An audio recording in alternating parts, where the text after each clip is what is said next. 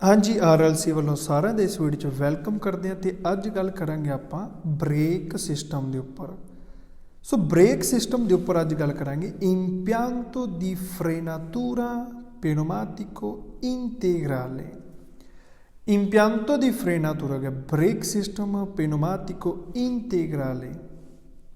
ਇੰਟੀਗਰਾਲੇ ਕਿਹਾ ਗਿਆ break system ਦਾ ਪੂਰਾ ਇੱਕ ਢਾਂਚਾ, ਪੂਰਾ ਇੱਕ ਹਿੱਸਾ ਜੋ ਬ੍ਰੇਕ ਨੂੰ ਲਗਾਉਂਦਾ ਆ, ਜੋ ਬ੍ਰੇਕ ਲਗਾਉਣ ਦਾ ਕੰਮ ਕਰਦਾ। ਉਹ ਕਿਸ ਤਰੀਕੇ ਨਾਲ ਕੰਮ ਕਰਦਾ ਆ, ਅੱਜ ਅਸੀਂ ਉਸ ਨੂੰ ਇਸ ਵੀਡੀਓ 'ਚ ਦੇਖਾਂਗੇ।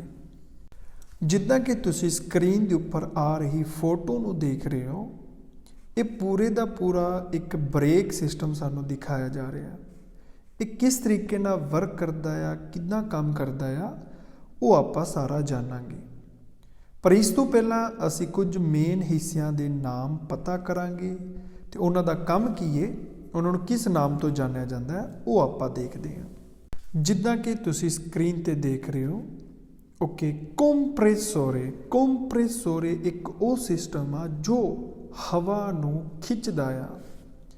ਹਵਾ ਨੂੰ ਖਿੱਚਣ ਤੋਂ ਬਾਅਦ ਅੱਗੇ ਪਾਸ ਕਰਦਾ ਆ deputatore। deputatore ਮਤਲਬ ਹੁੰਦਾ ਆ ਇੱਕ ਐਸਾ ਫਿਲਟਰ ਜੋ ਹਵਾ ਨੂੰ ਸਾਫ਼ ਕਰਕੇ ਅੱਗੇ ਭੇਜਦਾ ਆ। ਔਰ ਸਾਫ਼ ਕਰਨ ਤੋਂ ਬਾਅਦ ਜਦੋਂ ਅੱਗੇ ਭੇਜਦਾ ਆ ਤੇ ਅੱਗੇ ਜਾਂਦੀ ਆ anticongelatore। ਜਦੋਂ ਹਵਾ ਇਸ ਪੁਆਇੰਟ ਤੱਕ ਪਹੁੰਚਦੀ ਹੈ ਇਸ ਫਿਲਟਰ 'ਚ ਤੇ ਉਹਨੂੰ ਜੰਮਣ ਨਹੀਂ ਦਿੰਦਾ ਹੈਗਾ, ਉਸ ਦੀ ਨਮੀ ਨੂੰ ਜੰਮਣ ਨਹੀਂ ਦਿੰਦਾ ਹੈਗਾ। ਫਿਰ ਇਸ anticongelatore ਚੋਂ ਨਿਕਲ ਕੇ ਹਵਾ regolatore di pressione ਦੇ ਵਿੱਚ ਚਲੀ ਜਾਂਦੀ ਆ। ਉਸ ਚੋਂ ਨਿਕਲ ਕੇ ਫਿਰ ਜਾਂਦੀ ਅੱਗੇ valvola protezione serbatoio। ਫਿਰ ਉਸ ਸਿਸਟਮ ਦੇ ਅੰਦਰ ਹਵਾ ਚਲੀ ਜਾਂਦੀ ਆ।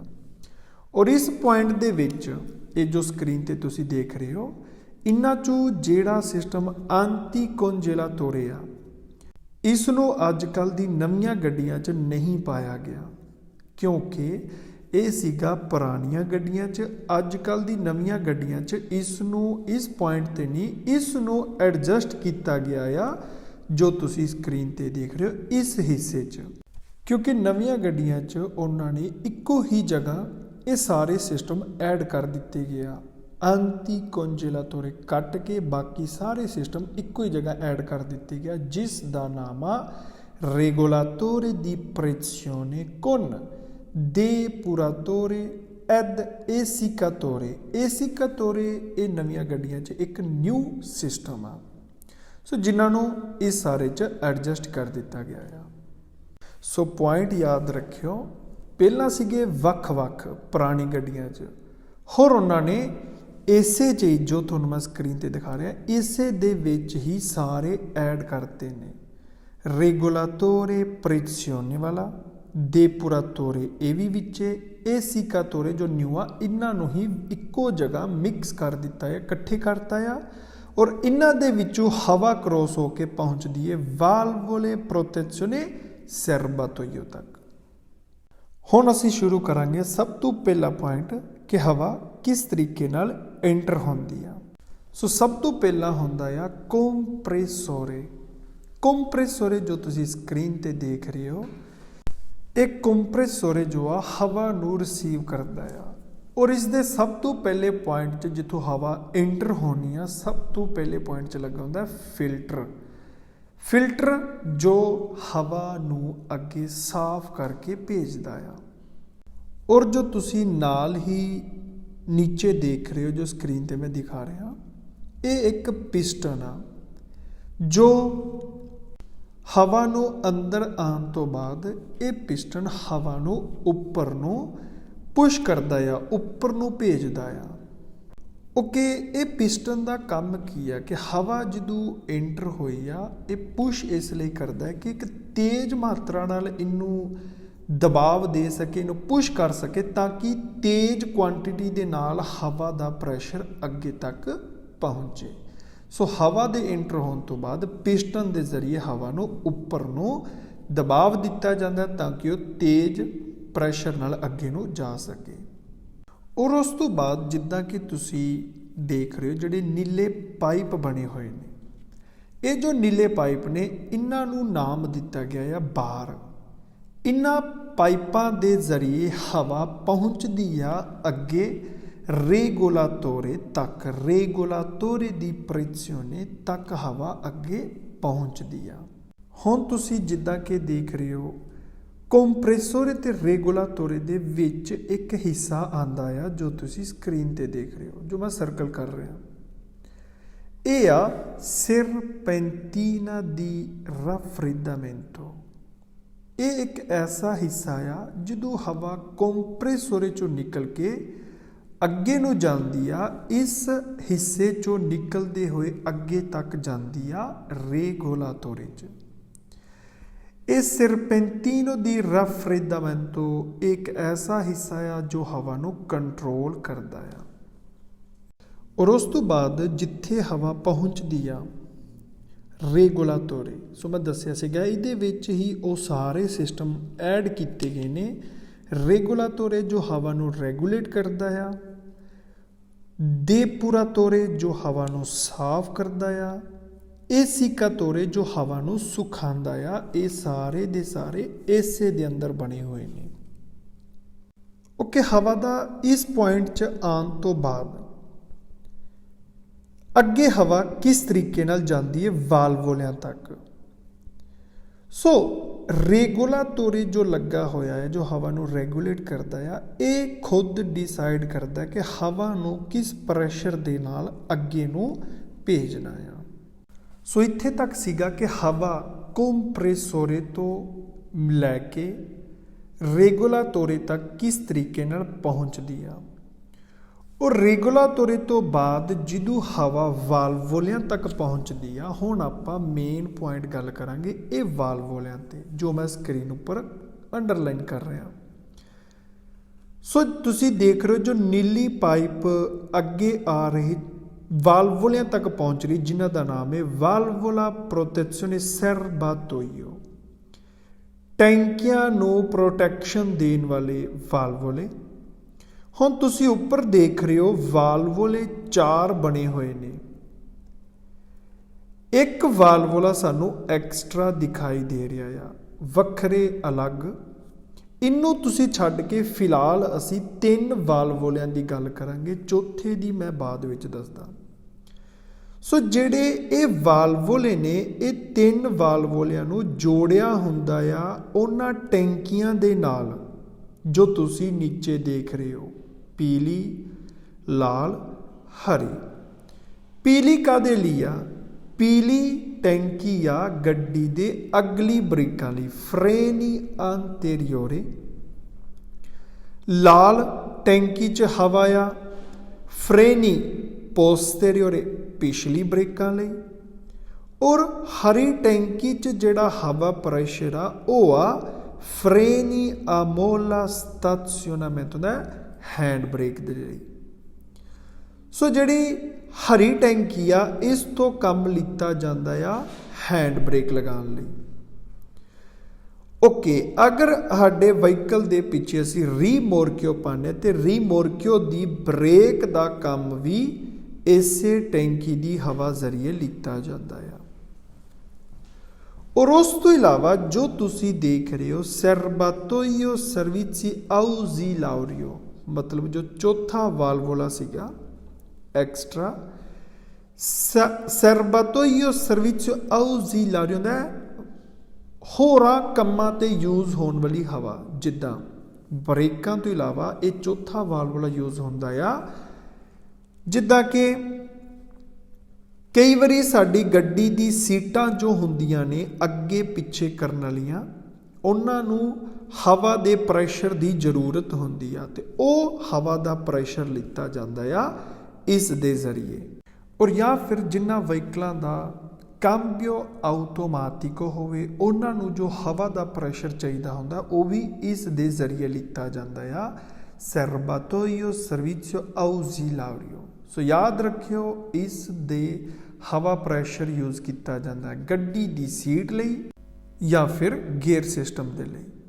ਇਸ ਤੋਂ ਬਾਅਦ ਗੱਲ ਕਰਾਂਗੇ ਆਪਾਂ ਕਿ ਵਾਲਵੋਲਿਆਂ 'ਚ ਹਵਾ ਇੰਟਰ ਕਿਸ ਤਰੀਕੇ ਨਾਲ ਹੁੰਦੀ ਹੈ।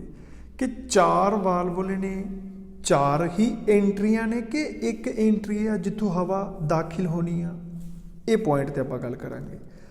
सो जिद्दां कि तुसीं स्क्रीन ते देख रहे हो वाल्वुले 4 ने, पर हवा एक ही पॉइंट तो एंटर होनी आ, वाल्वुला दी इंग्रेसो एक तो एंटर होनी आ, बाकियां जेड़े बाकी थले 4 वाल्वुले लगे ने, जिन्ने वाल्वुले ने हर वाल्वुले का एक एग्जिट पॉइंट आ जिथों हवा निकल के अगे टैंकियां तक पहुंचनी है।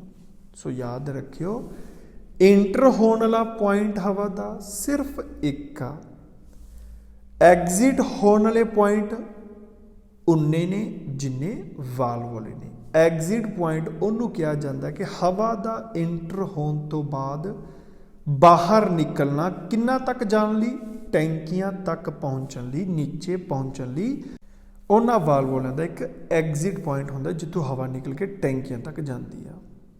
और प्लस खास तौर पर एक खास गल याद रखनी है कि अगर सानू सवालों च पूछा जाए कि वाल्वुला दी रीटोर्नो पाया जाता है, तो साडा जवाब होना चाहिए नहीं, क्योंकि वाल्वुला दी रीटोर्नो इस प्रकार के सिस्टम च नहीं पाया जाता जो असी पढ़ रहे हैं।